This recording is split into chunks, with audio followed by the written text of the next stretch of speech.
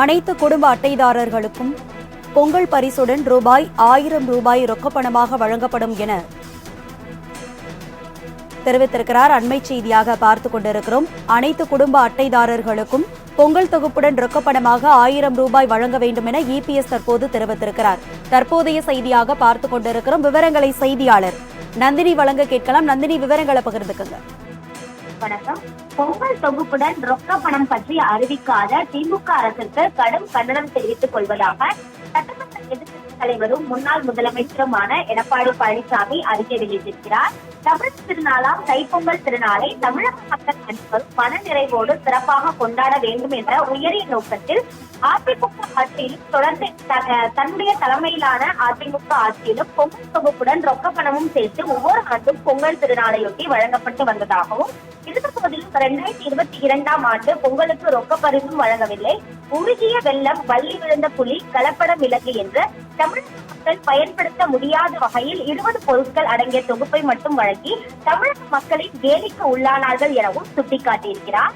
கடந்த ஆண்டு பொங்கல் போது பொங்கல் தொகுப்பில் அரிசி, சர்க்கரை, கரும்பு துண்டு, ஏலக்காயுடன் ரொக்கப்பணமாக 1000 மட்டுமே வழங்கப்பட்டுள்ளதாக சுட்டிக்காட்டிய அவர், இந்த ஆண்டு பொங்கல் திருநாளுக்கு பொங்கல் தொகுப்பை மட்டும் திமுக அரசு அறிவித்துள்ளதாகவும், எனவே அட்டைதாரர்களுக்கும் பொங்கல் தொகுப்புடன் ரொக்க பணமாக 1000 வழங்க வேண்டும் என்றும், கனமழையால் வாழ்வாதாரங்களை இழந்து பாதிக்கப்பட்டுள்ள சென்னை மாநகராட்சி, புறநகர் பகுதி, திருவள்ளூர், செங்கல்பட்டு, காஞ்சிபுரம் ஆகிய மாவட்டங்களில் வசிக்கும் அனைத்து குடும்ப அட்டைதாரர்களுக்கும் பொங்கல் தொகுப்புடன் ரொக்க பணமாக 5000 வேண்டும் எனவும் அவர் குறிப்பிட்டுள்ளார்.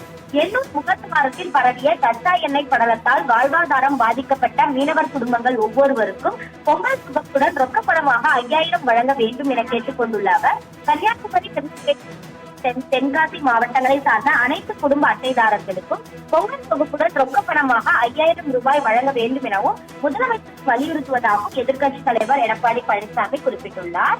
அது மட்டுமல்லாமல் பொங்கல் தொகுப்புடன் வழங்கப்பட்ட கரும்பு விவசாயிகளிடமிருந்து நேரடியாக கொள்முதல் செய்யப்பட்டதாக குறிப்பிட்டுள்ள அவர், திமுக அரசு பொறுப்பேற்றவுடன் இடைத்தரகர்கள் மூலம் கரும்பு கொள்முதல் செய்ததாகவும், இதனால் கரும்பு சாகுபடி செய்த விவசாயிகளுக்கு உரிய விலை கிடைக்கவில்லை எனவும் பேட்டிகள், அறிக்கைகள் வாயிலாக திமுக அரசின் கரும்பு கொள்முதல் நடைமுறையை கடுமையாக எச்சரித்திருப்பதாகவும் அவர் குறிப்பிட்டிருக்கிறார். எனவே நேரடியாக விவசாயிகளை சென்றடைவதற்கு ஏதுவாக முதலமைச்சர் உரிய கவனம் செலுத்த வேண்டும் எனவும் அவர் கேட்டுக் கொண்டிருக்கிறார். அந்த வகையில் பொங்கல் தொகுப்புடன் ரொக்க பணம் அறிவிக்காத திமுக அரசுக்கு கடும் கண்டனத்தை தெரிவித்துக் கொள்வதாகவும் எதிர்க்கட்சித் தலைவரும் அதிமுக பொதுச் செயலாளருமான எடப்பாடி பழனிசாமி அறிக்கை வெளியிட்டுள்ளது குறிப்பிடத்தக்கது. அண்மை விவரங்களுக்கு நன்றி நந்தினி.